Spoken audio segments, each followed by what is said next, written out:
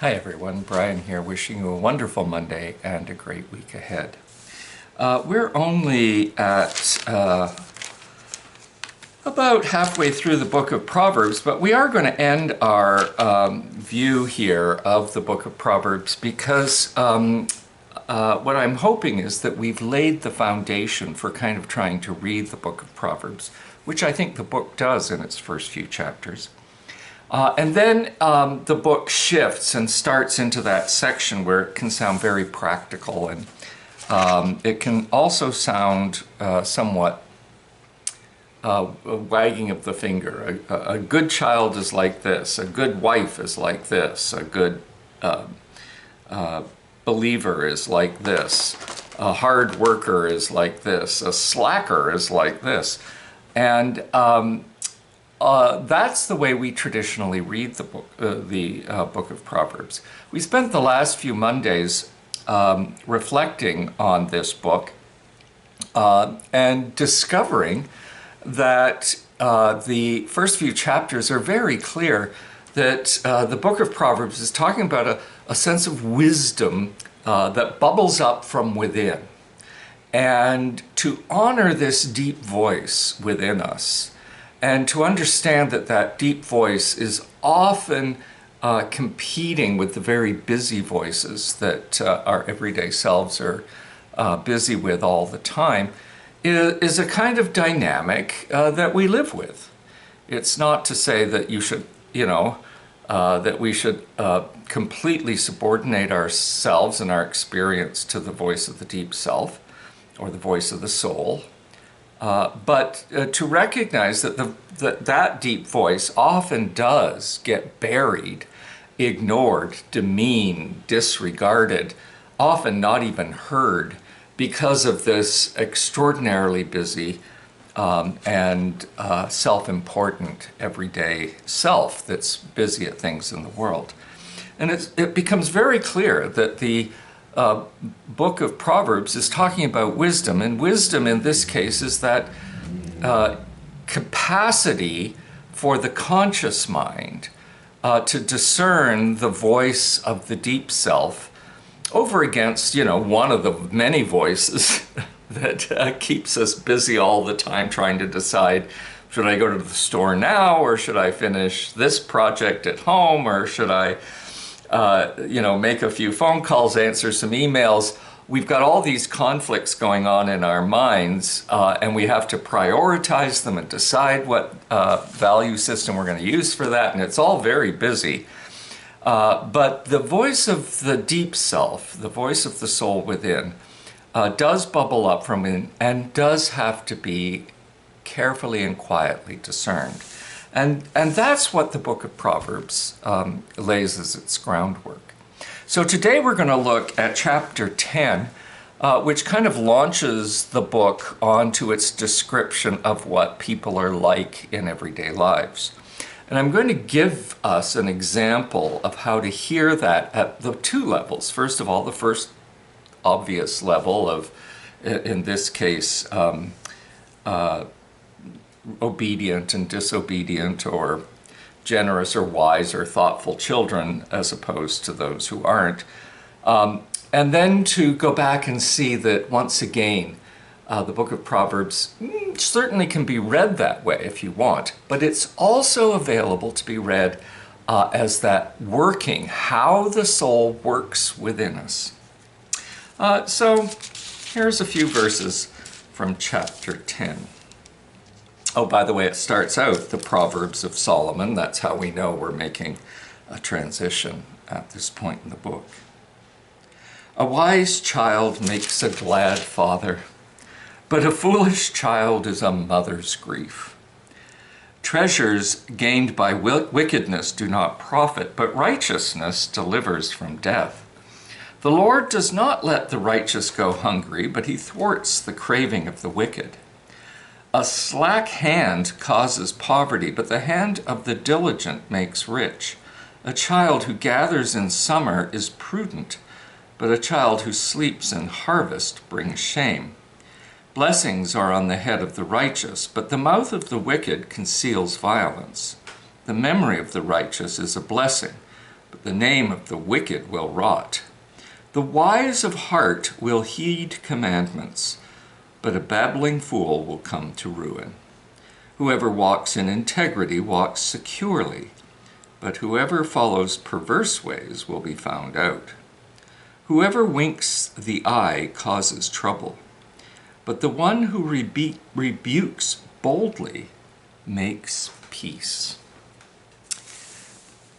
So, as we noted earlier, this is where the book of Proverbs kind of shifts from theoretical underpinnings of what wisdom is all about into specific proverbial comments about human behavior.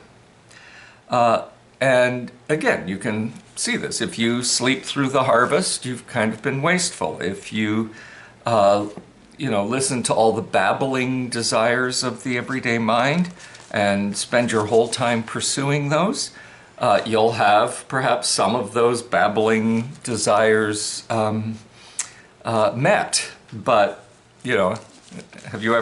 how many of us have purchased or gone after twiddly things that come into our mind that we should or want to have, and once we've got them, we wonder why we have. Anybody who's getting ready for a garage sale in their home, for example, is pulling into boxes stuff after stuff after stuff that we've accumulated and can't remember why it was so important to us at the time.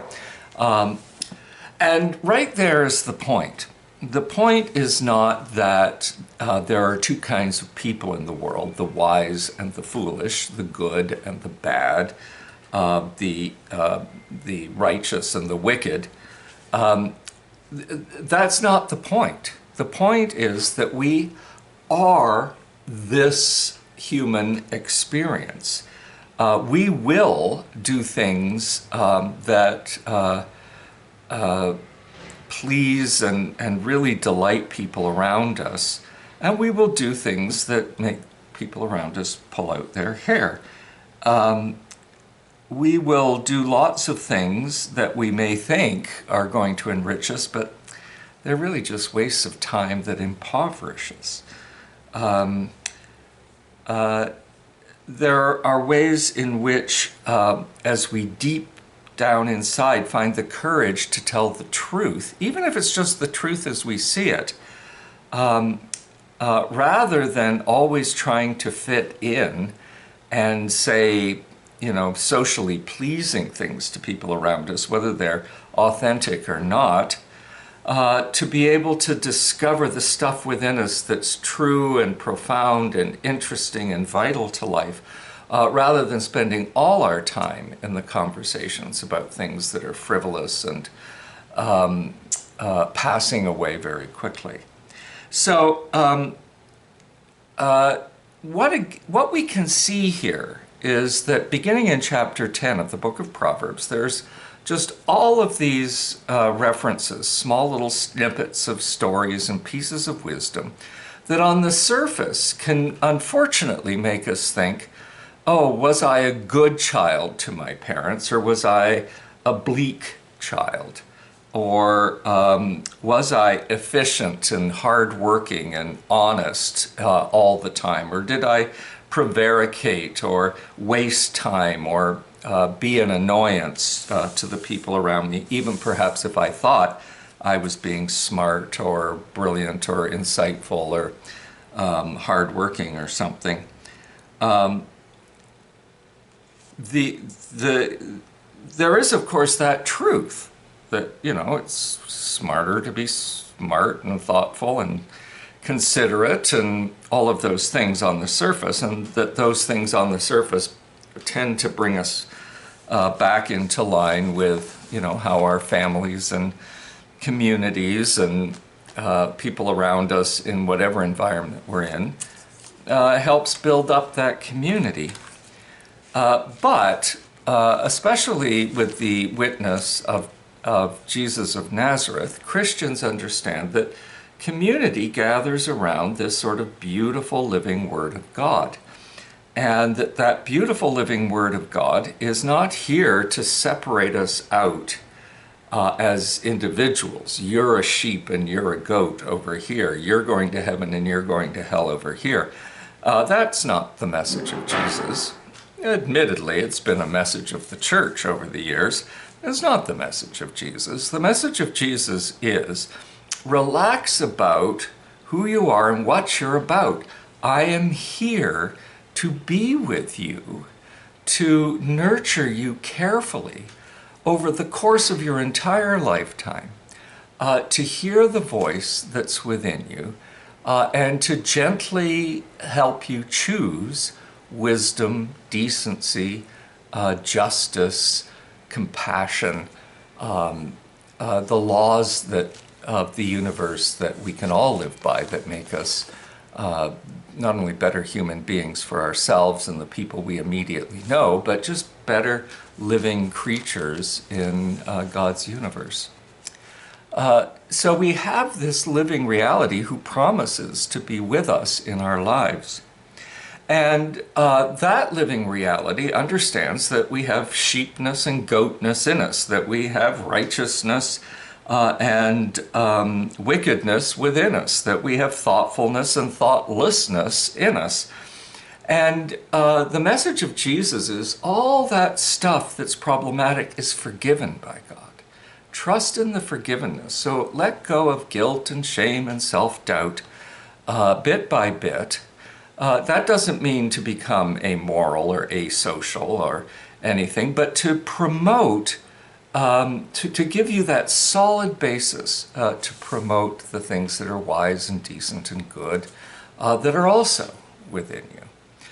So I encourage you then, as you read not only the book of Proverbs, but whenever you open the Bible, to try to let go of the centuries of teaching that the church found very useful, to sort of divide us amongst ourselves. Am I going to heaven? Am I going to hell? Am I loved by God or judged as very disappointing by God? Am I living up to the hopes of the Bible anticipation for my life, or am I being off base with the opportunity to be living a good Christian life? I think Jesus in the book of Proverbs and the entire Bible is saying, don't worry about it. It's true. It's just true. Sometimes you, like Adam and Eve, can frolic in the Garden of Eden. Sometimes you're going to get seduced into thinking that your way of doing things is superior to God's way. It's just the way we are. And with God's help, we can constantly being tweaked to realize how kind of wasteful and silly it is to emphasize all those meaningless or thin or problematic aspects of who we are, and to gradually emphasize the things that are eternal and joyous and promote a better life for everyone that is experienced in the other direction. So have fun with the book of Proverbs, and I will see you again next Monday. Until then, God bless and have a great week.